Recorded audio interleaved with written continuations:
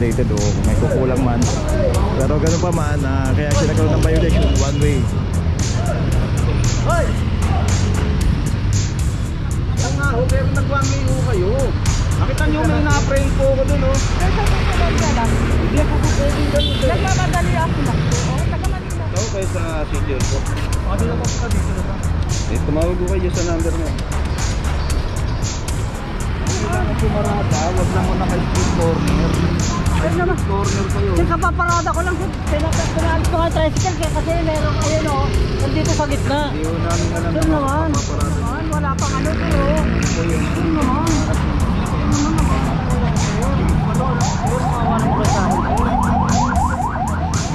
Birthday pa ni Mrs. Sir, o. Sige na, sir. Sinituan ako, sir, o. Sir, birthday pa ni Mrs. Ayun, o. Doon naman. Doon naman. Sige na, sir. Kaya kasi nilang gisnan, ang kinagisnan nilang dati, pwede tayo magparada kung saan.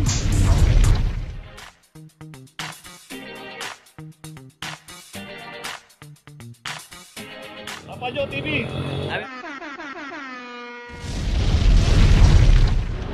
So dito nakasalubong ng clamping operation yung isang sasakyan dito at one way po itong Adela Puente papunta po ron. Ngayon lilipat tayo sa kabila para pag ganun po yung way Vicente Cruz. So ito titikitan na lang po rito yung isang sasakyan dito. Bine-verify muna yung mga dokumento.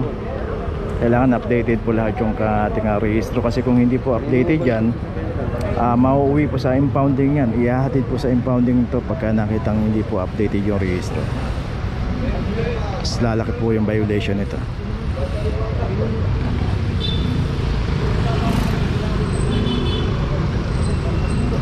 Wala ko kayong bago, sir. Start na rin ho ito. Ito po 1023. Ano ba yung bago ninyo?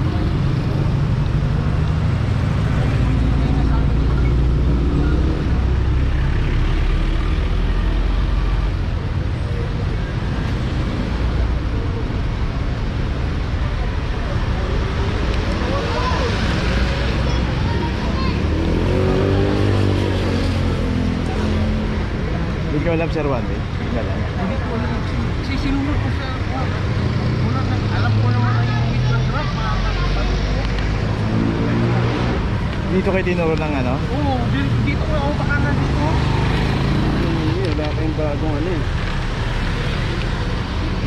Expire yung ano, Paps? O RCR? 1013 tong isa. 2021. Parang dyan yung bago. So dito nagkakaroon muna ng verification na hindi pa updated yung ano, rehistro.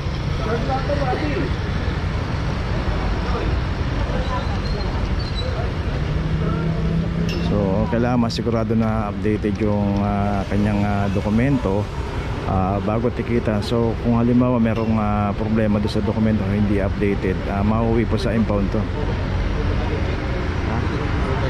Saan? Okay. Sabi mo na sa Roush mo.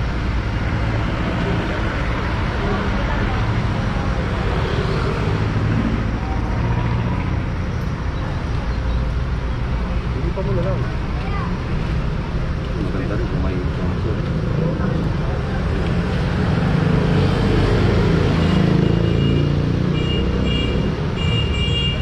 Ano yan? Sa group ba yan?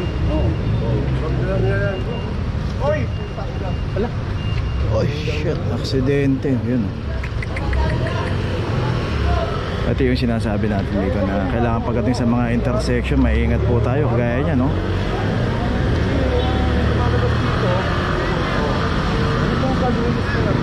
Isang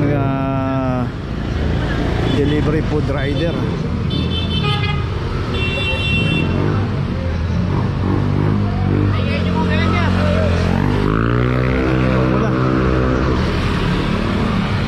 Parang wala lang naramdaman. Kung ito yun, expert din kayo. Hindi driver's license.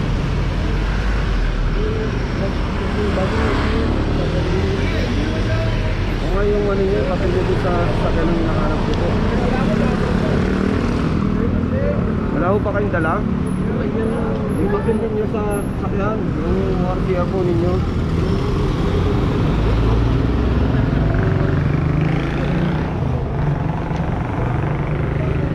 CR na updated.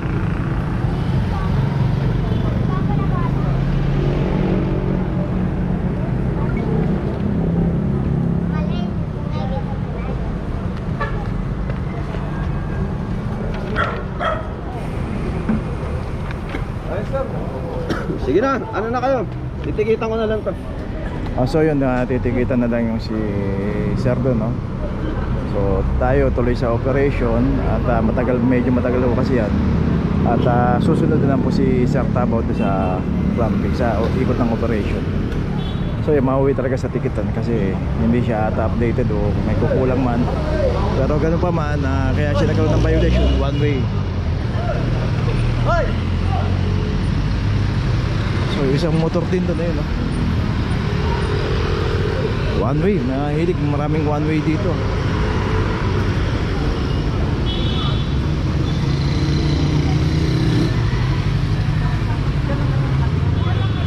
Oo nga, pero nag-one way ho kayo. Nakita nyo may na-friend po ako dun, oh. Sir, sa susunod na lang. Hindi ako po pwede ganun, sir. Nagmamadali ako lang po. Oh, taga Manila din ako. Ay, di ba po? Nakita nyo naman may na-friend ako dun, oh. Hindi ko kasi namin napansin lang kami nag-ano. Actually po sir nagsabi sa kanya kasi nakahapon lang ako. Kasi siya sir, taga Manila Pwede health lang ako. gaganon po kayo. Sa susunod po sir.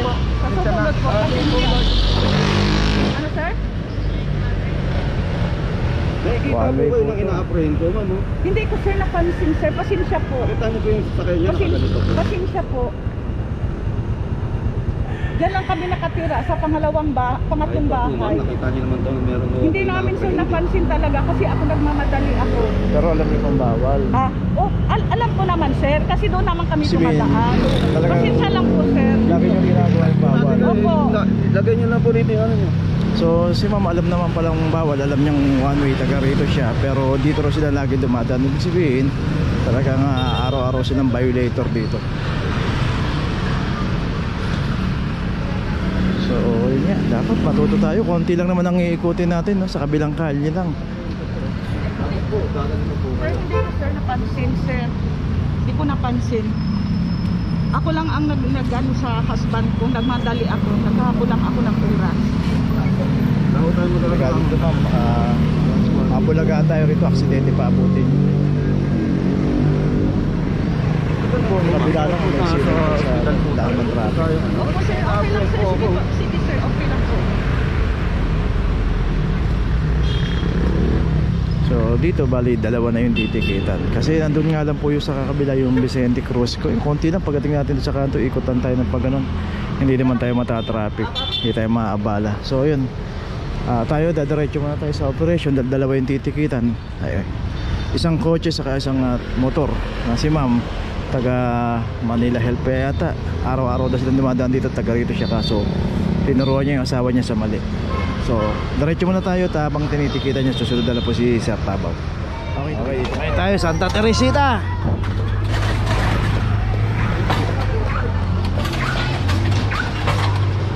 Santa Teresita, in between ng kahaba ng Gitwason Extension at saka Legarda. Ayan yung Legarda sa kabila. Ang dami pong nakaparada rito, ang daming complaint.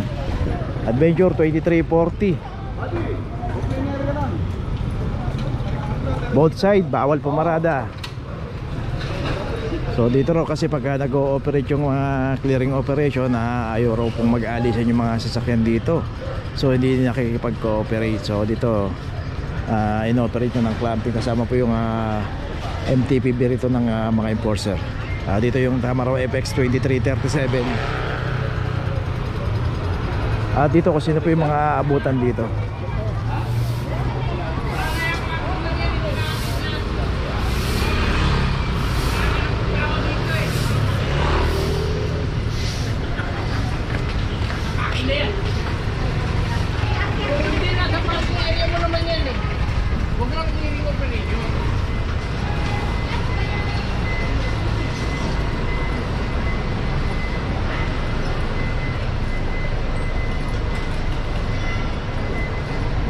Ito, Isuzu D-Max 2414, Mirage 2327.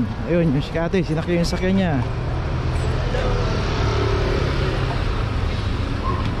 MG Matilit na lang po ngayon. 2410. Ato pa, lapit na tayo sa G2000 extension. Hello guys. Ayos. Sabi mo naman ako kuya. Sige sir. Hello guys. Pangalan sir? Ding Dong Dantes. Dantes. Sige sir, salamat po. Ding Dong Dantes. Okay. Ayan, so dito tayo. Pero along Santa Teresita pa rin tayo.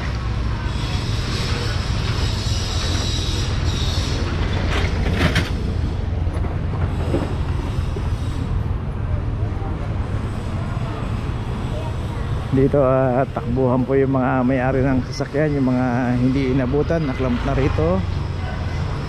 Pero yun nga po, dito kasi pagka raw nag-clear sila rito, ang complaint po dito hindi raw po nag-aalisan. So nagmamatigasan na walang alisa, so hindi naman nila mahuli. Kaya ginawa rito, tinawag po sa attention ng clamping operation para i-clamp na yung mga nanditong mga sasakyan na abutan.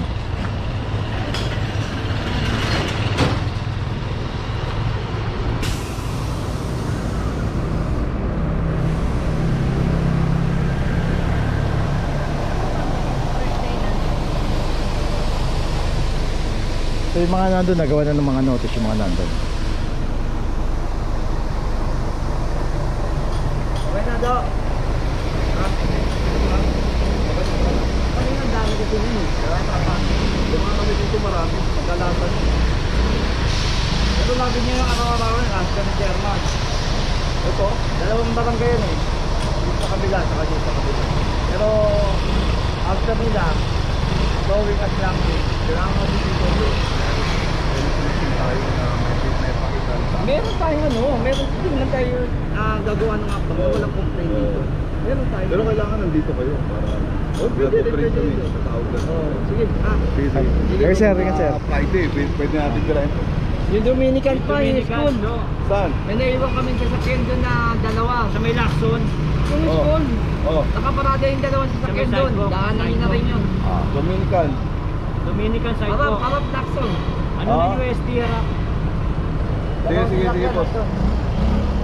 So yun, sila po yung sa mga MTPB sector sila po yung nakipag-cooperate dito kasi nga pag operation nga raw sila rito, hindi po inaalis yung mga sasakyan at meron pa nga yun tinuturo pa, mamaya pupuntaan siguro yun.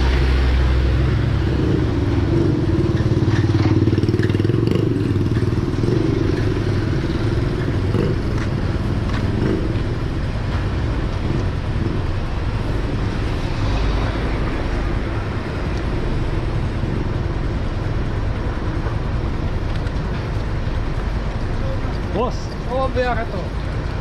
Tawag kayo sa City Hall po. Kami naman po dito na lang. Tumawag ko kayo sa number mo.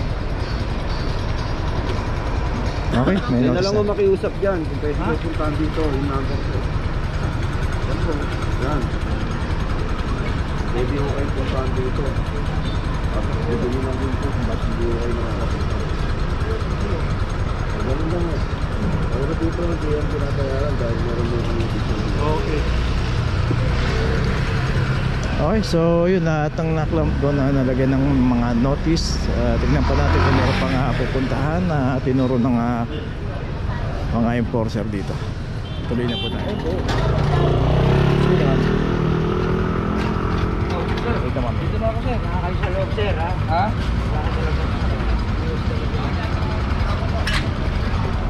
Dito sa corner Verdad.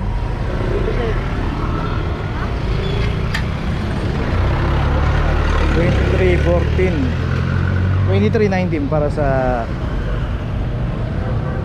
isang Mirage.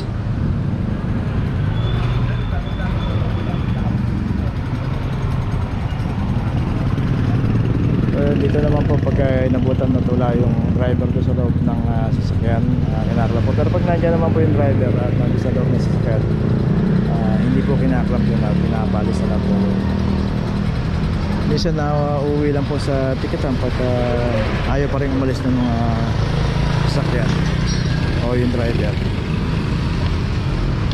Okay, ito may notice na, tuloy na po tayo.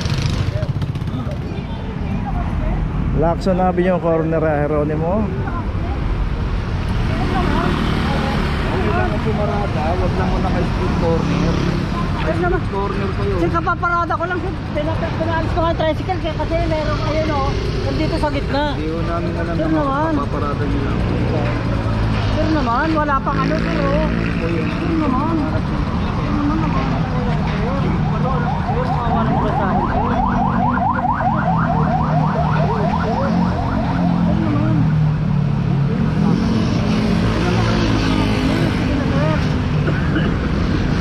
Birthday pa ni Mrs. ko sir oh. Sige na sir. Sir, ito anak ko sir oh. Sir, birthday pa ni Mrs. Ayun oh. Sir naman. Sir naman. Sige na sir.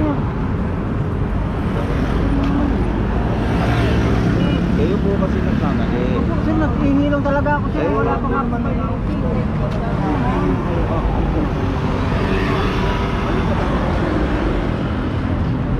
Wala rin akong load.